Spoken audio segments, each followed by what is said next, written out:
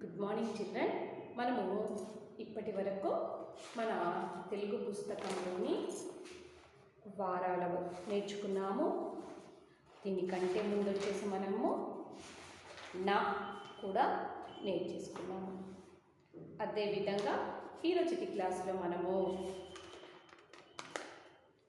ప చూడండి పిల్లలు, ఈరోజు క్లాసులో మనము పావొత్తు, ఫ ఫావొత్తు, అదేవిధంగా బావొత్తు, భావొత్తు గురించి ఈరోజు క్లాసులో మనము నేర్చుకోబోతున్నాము.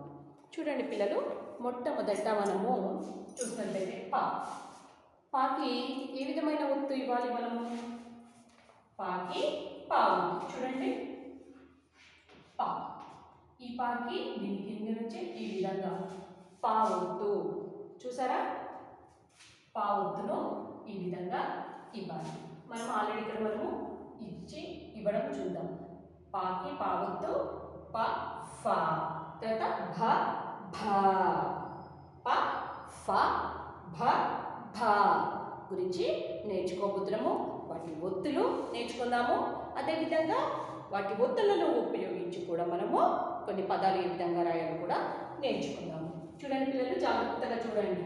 చూడండి, ఇక్కడ మనము గుణితాలు రాసుకుంటున్నాం. ప ప పి పి పొ పొ పె పె పొ ప పం ప, అలా కొన్ని పాని ఉపయోగించి రాస్తున్నాము.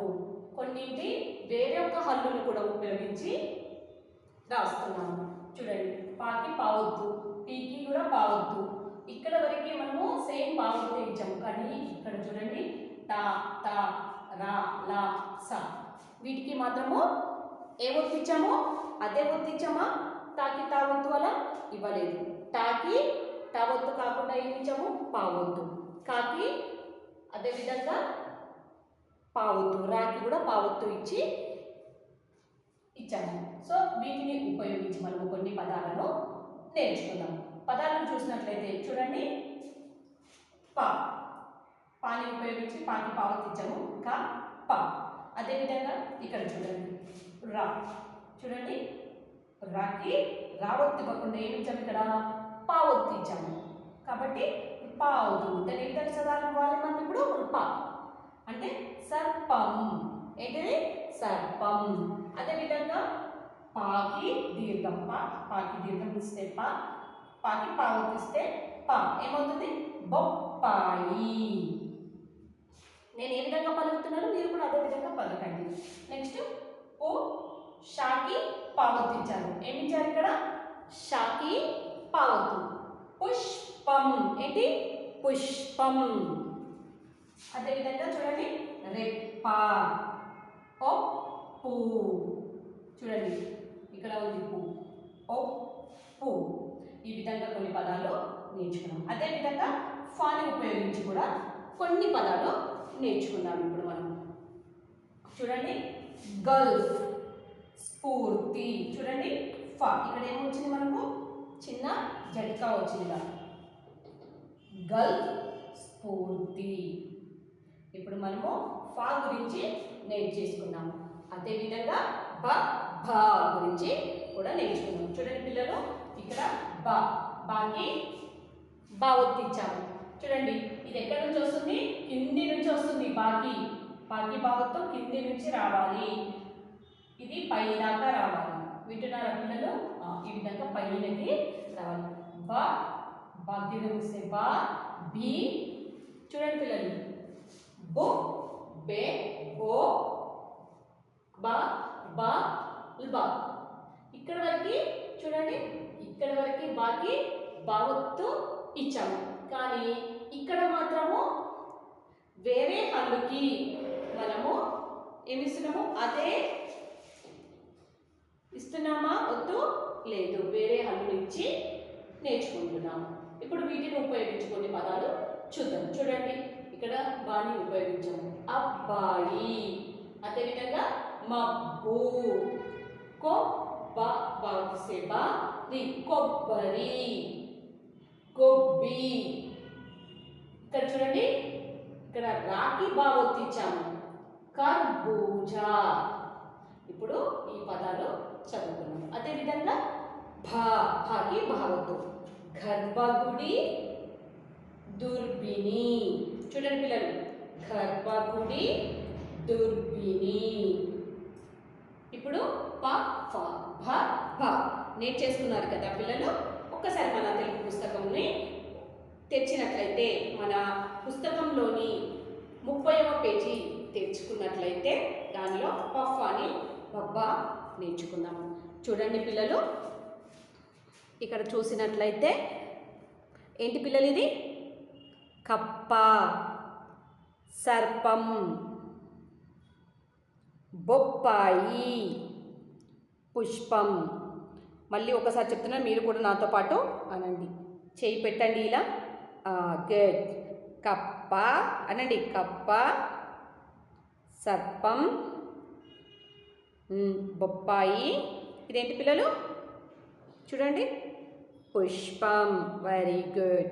అదేవిధంగా ఫాకి ఫా ఒత్తే విధంగా రాయాలో చూడండి.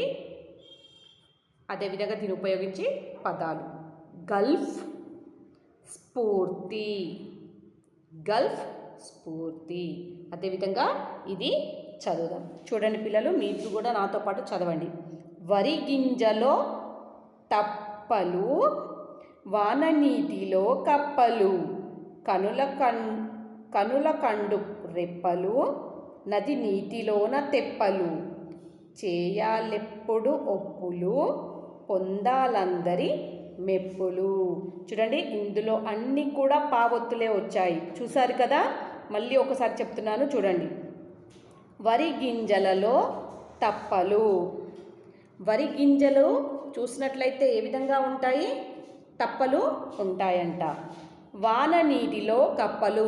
వాన నీటిలో ఏముంటాయి చెప్పండి? కప్పలు. ఇక్కడ కూడా పావొత్తే వచ్చింది. కనుల కుండు రెప్పలు. కనులకు ఏముంటాయి చెప్పండి? కనులకు ఇక్కడ ఏముంటాయి? రెప్పలు. నది నీటిలోన తెప్పలు. చూడండి, నది నీటిలో ఏమున్నాయి? తెప్పలు. చేయాలెప్పుడు ఒప్పులు. ఎప్పుడు కూడా ఒప్పులు చెయ్యాలి. పొందాలందరి మెప్పులు. అందరి మెప్పులు పొందాలి ఎప్పుడు కూడా అని మనకు ఇది తెలియజేస్తుంది. దీనిని మీరు ఇంట్లో జాగ్రత్తగా నేర్చుకోండి. అదేవిధంగా ఇప్పుడు పేజ్ నెంబర్ 32, పేజ్ నెంబర్ 32 తెచ్చినట్లయితే భావొత్తు, భావొత్తు గురించి నేర్చుకుందాం. చూడండి, బాకి భావొత్తు ఏ విధంగా రాయాలో నేర్చేసుకున్నాం. ఇప్పుడు వీటిని ఒక్కసారి చదువుదాం. చూడండి, ఆ బాకి దీర్ఘమిస్తే బా, ఈ అబ్బాయి. నెక్స్ట్ మా, ఇదేంటి పిల్లల అక్షరము? బూకి ఏమిచ్చాము? భావొత్తు ఇచ్చాము కాబట్టి మబ్బు. చూడండి, ఇదేంటి మీకు అందరికీ తెలుసు. చెప్పండి, ఇదేంటి? కొబ్బరికాయ. గుడ్. చూడండి, ఇదేం అక్షరము? క. దీనికి ఏమి ఇచ్చారు? ఒత్వం ఇచ్చారు. ఒత్వం కో. బాకి భావొత్తు రి, కొబ్బరి. అదేవిధంగా క, రుకి భావొత్తు జ, కర్బూజా. ఒక్కసారి మీరు కూడా నాతో పాటు చదవండి. అబ్బాయి, మబ్బు, కొబ్బరి, కర్బూజా. అదేవిధంగా భా గురించి నేర్చుకుందాం. భావొత్తు. చూడండి, గా రాకి భావొత్తు గర్భగుడి, గర్భగుడి. అదేవిధంగా దుర్బిని. ఇప్పుడు ఇది నేర్చుకుందాం. చూడండి పిల్లలు, ఆకాశంలో మబ్బు, అందానికి సబ్బు, రొటిలోన రుబ్బు, చేలో గడ్డి దుబ్బు, ముగ్గు మీద గొబ్బి, మంచిగా మెలుగు అబ్బి. చూడండి ఇక్కడ ఏం చెప్తుందో. ఆకాశంలో ఏమొస్తుంది? మబ్బు. ఇక్కడ కూడా బూకి భావొత్తు వచ్చింది. ఇక్కడ అన్నీ కూడా భావొత్తులు బి, బా, బి, బూ అన్నీ ఒత్తులు వచ్చాయి. చూడండి, ఆకాశంలో మబ్బు, అందానికి సబ్బు. మీరు స్నానం చేసేటప్పుడు సబ్బు పెట్టుకుంటారు కదా. రోటిలోన రుబ్బు, రోటిలో పప్పు రుబ్బడం. చేలో గడ్డి దుబ్బు. చేలలో ఏముంటుంది? గడ్డి దుబ్బు ఉంటుంది. ముగ్గు మీద ఏం పెడతాము సంక్రాంతి పండగకి? గొబ్బి. మంచిగా మెలుగు అబ్బి అంటే మంచిగా మెలుగుతూ మంచిగా కలిసిమెలిసి ఉండు అబ్బి అని మనకు చెప్తున్నారు. పిల్లలు ఇప్పటి వరకు మీకు ప ఫ భ భ ఒత్తులు ఏ విధంగా రాయాలి వాటి గురించి నేర్చుకున్నారు కదా. ఇవి ఇప్పటివరకు మీకు అర్థమైంది కదా పిల్లలు. ఇంట్లో మీరు జాగ్రత్తగా నేర్చుకుంటూ ఉండండి. Okay children, bye.